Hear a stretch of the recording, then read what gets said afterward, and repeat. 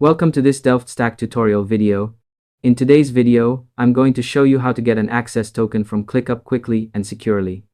Whether you're integrating ClickUp with other tools, building automations, or working with the ClickUp API for development purposes, having your API access token is absolutely essential, and this simple step-by-step guide will walk you through everything you need to know. First, open your web browser and go to the ClickUp website. Once the page loads, sign in using the email address linked to your ClickUp account. Make sure you enter the correct email and password, because even a small typo can slow things down. Your login details are the keys to your workspace, so always keep them secure and never share them with anyone. Next, after logging in successfully, you'll land inside your ClickUp workspace. From here, click on your profile avatar. In the menu that opens, select the Settings option. This is where ClickUp lets you manage important account-level features, so follow along carefully to avoid missing anything important. Inside the Settings page, scroll until you find the ClickUp API section.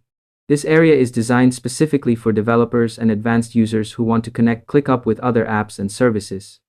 Once you're there, you'll see an option to generate or regenerate an API token. Go ahead and click on that button when you're ready. To make the process smoother, here are a few quick tips. Only generate a new token when you actually need one, store it somewhere secure, and never expose it publicly.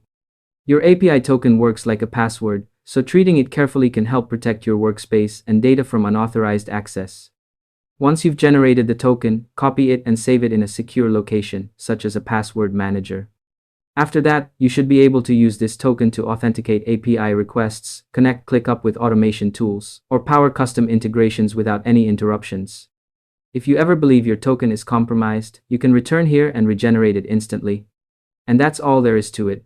By following these simple steps, you'll be able to get your ClickUp access token easily and efficiently. Thanks for watching this DelftStack tutorial video, and I hope you found it helpful.